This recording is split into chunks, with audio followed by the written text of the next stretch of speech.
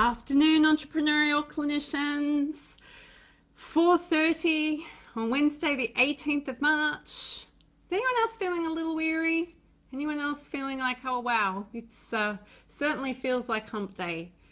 We are living in incredibly unusual, unprecedented times. No, we haven't been here before, and I guess you're probably all sick of COVID this and COVID that, and I've had more COVID emails in my inbox today. And guess what? If you're on my email list, you're gonna get one from me tomorrow too. And it's been really interesting watching social play out and talking to people and addressing my own insecurities and fears around this time. And what I'm really starting to enjoy, because I'm looking for it a lot more, is how we are doing this together. So I had a pop-up coffee with my wonderful friend and colleague Kylie today. She sent me a message asking me how I was and sent me a couple of emojis that let me know that she wasn't doing so great. And I said, can we just jump on Zoom and have a coffee together? Give me 5 so I can actually make my machine hot. And I just really enjoyed the opportunity to have a coffee with a person and just chat and be real and laugh, and it helped me feeling connected. And then I had a gorgeous coaching client. I mean, all my coaching clients are gorgeous, but I have a particular client, Kate Piper, who I've been working with recently, and she and I have some common ground, and I was so looking forward to connecting with her today. And she just had this incredible ability to see me. And hello to the people watching. I really appreciated being seen and heard, and it was almost like it was tangible. And they are the things that have been worrying me about this COVID self-isolating, social distancing thing. Then the gorgeous Amy Parks posted a beautiful picture meme today that I've already shared on this page, that social distancing is actually about looking after each other. And that was the perfect reframe for me. It's not about me feeling lonely or isolated or ignored or not important. It's about me looking after me and my husband and my son and my grandmother and your husband and your children and the people in your world. And once I was able to understand that social distancing isn't something I could feel punished by, it's actually something that's going to make us better. It's going to help us get through this. And it's really easy to go through, so moving on to how my business is being impacted on this. Like, everybody freaks out about, am I going to have enough money in the bank? You know what? It's really tough. Chances are referrals are going to dry up. Chances are people aren't going to need services. Chances are we are going to have some constriction happen. But you know what? We've got the resilience and the resourcefulness to get through that. We don't. I saw there were 5 people on the call and now there's 1. Now there's none. Funny. We have the ability to be creative in this time frame. We have the ability to let go of, I should have done this, I wish I was more prepared, I could have done this if only I had my online program completed, if only I had my group thing completed, if only I had coaching under my belt instead of having to be a health professional, a credentialed health professional. It's really easy to get caught up now in this, once the crisis is over, and starting, I wish I'd done this, or I ought to have done that. And that level of self-blame and criticism and harshness is shameful for us, and it's not going to help us be creative. And people need creative solutions from us. People need us to be creative about how we're going to engage with them online or on the telephone. People need us to be creative so that they don't actually miss out on the therapeutic interventions that we get to provide them with. Our customers need to understand that we've got this covered, and not be caught up in, they need to know that we are reliable during this period of time as well. So I thought what I'd do is share with you how I've been thinking about an event, and just so you can see the amount of information we are trying to filter through on a daily basis. because we've never been here before, and all the systems and processes that we've had in place might not be working. And it's really easy for us to have a knee-jerk reaction and want to curl up under the floor. And you know what? If you need to go and hide under your doona for a day, that's okay. We will let you do that. 2 days, unacceptable, but a day, definitely. You're allowed to do that. These are unprecedented times. So many of you will know that I run an event called the Success Mindset Masterclass, and it's been an in-room event. And I've loved it as an in-room event, and I have built a story around my head that it can't be an online event. Anywho, so this situation has forced me to think about a few things. This COVID situation has forced me to think about a few things. So this event is scheduled for October. So it's easy to park it and go, oh, by October, everything will be fine. We actually don't know that. If you start looking at some of the data that's being projected, we could have more than one wave. And even though we may not have social distancing by October, we may not have flights. We may not have accessible accommodation. We may not have other things that we need to get us in a room to an event. So then that's got me thinking, do I just pull the pin on it? It's in October. Do I just pull the pin on it now? Who's that going to impact? How is that going to impact people? How's that going to impact me? Then I start thinking, well, what about all the people who have already registered? The people who have said that they're coming? What am I saying to them? What am I telling them? If I went from last week saying don't feed the beast, if my knee-jerk reaction now is to say I'm not running an event, is that feeding the beast? But then running an event is always expensive. If you've ever put an event on, there's always more costs up front than you've got in the bank. So just trying to think about, do I cut and run now?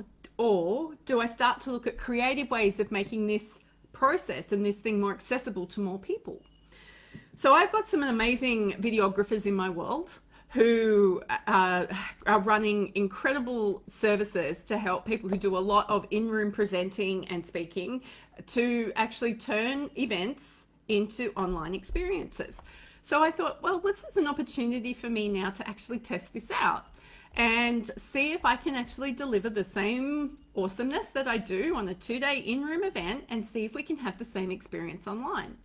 So I haven't made that decision yet, but I'm just letting you know that if this COVID situation hadn't have arrived, this would never have been something I would have thought of. I've already had people reach out to me prior to last week going, will you be running this online? And I've gone, no, it won't work online. Well, I have to question that. Is that a story that I've been telling myself? Is that about me needing to feel really significant because I've got lots of people in the room getting lots of feedback all at once? Or would it work online? And would we improve accessibility for people who can't travel to Australia or don't want to travel to Australia? Silly people, you want to come here.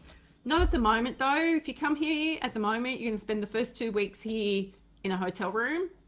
That's not very exciting. Don't do that. But I wanted, and the purpose of me sharing that story with you was to help you start to see the ripple effects of what's going on here and how we can start to think more creatively and be prepared for the opportunities that are going to present themselves. For example, if in Australia, if you are a Medicare funded health professional, I can assure you your business is not going to die. I think the same is going to happen in the US if you're an insurance paneled or credentialed provider. People are going to need to use government funding to help them pay for the medical support they're going to need following this crisis. Everybody's going to feel the pinch. People are going to lose their jobs. People are going to not have the same financial resources. 2-income families might become 1-income families. Some employers are already starting to talk about the fact that they're going down to 4-day weeks. Some employers are talking about the fact that we might need to lay off our casual workforce. So we can't ignore the fact that these are going to have an impact across all of us. But what it does allow us to do is to take a deep breath in and go, how can I solve the problems here? How can I provide a solution? Telehealth might not be the solution. I don't know what it is. I'm just inviting us to be curious. I'm inviting us to acknowledge this sucks. I don't want to be here right now. I want us to acknowledge that the plans that we had in place, that the words for the year that we wanted to live by, my blog that's coming out tomorrow is about this as well, that they're not coming to pass, that we're grieving the future that we thought we were going to have by December. I'd spent so much work with this community at the end of last year going, think about December 31, 2020. How do you want to be? How do you want to feel? How do you want to live? And here we are in this situation where, you know, here in Australia, I said it yesterday, we've got people who are homeless because their houses got burnt down in a fire and their communities got disseminated, and then they got flooded, and now they're being told they need social distancing. I don't even know how those communities are physically managing that. Like, it's just unreal to me right now. But this is an opportunity for us as health professionals to be compassionate. And I know we need to take care of ourselves. You know me, I am going to say you keep yourselves safe. You look after your budget, you look after your family, you look after the things that are important to you.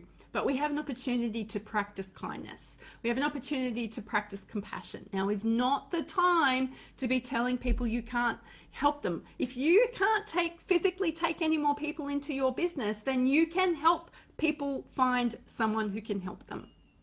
You can. Now, the bigger message I wanted to put out there this afternoon is there are going to be people watching this video today who might be really struggling, and you might be weeping, you might be really cranky and irritable, and you might be highly anxious. And I don't want anybody to ever feel any sense of shame, because it's ugly and it's horrible and it took me too long to get over. So if you are really struggling, if you are a health professional and the emotional load of all of this on you has just gotten to a point where it's like, Joe, I just don't know how to get through this.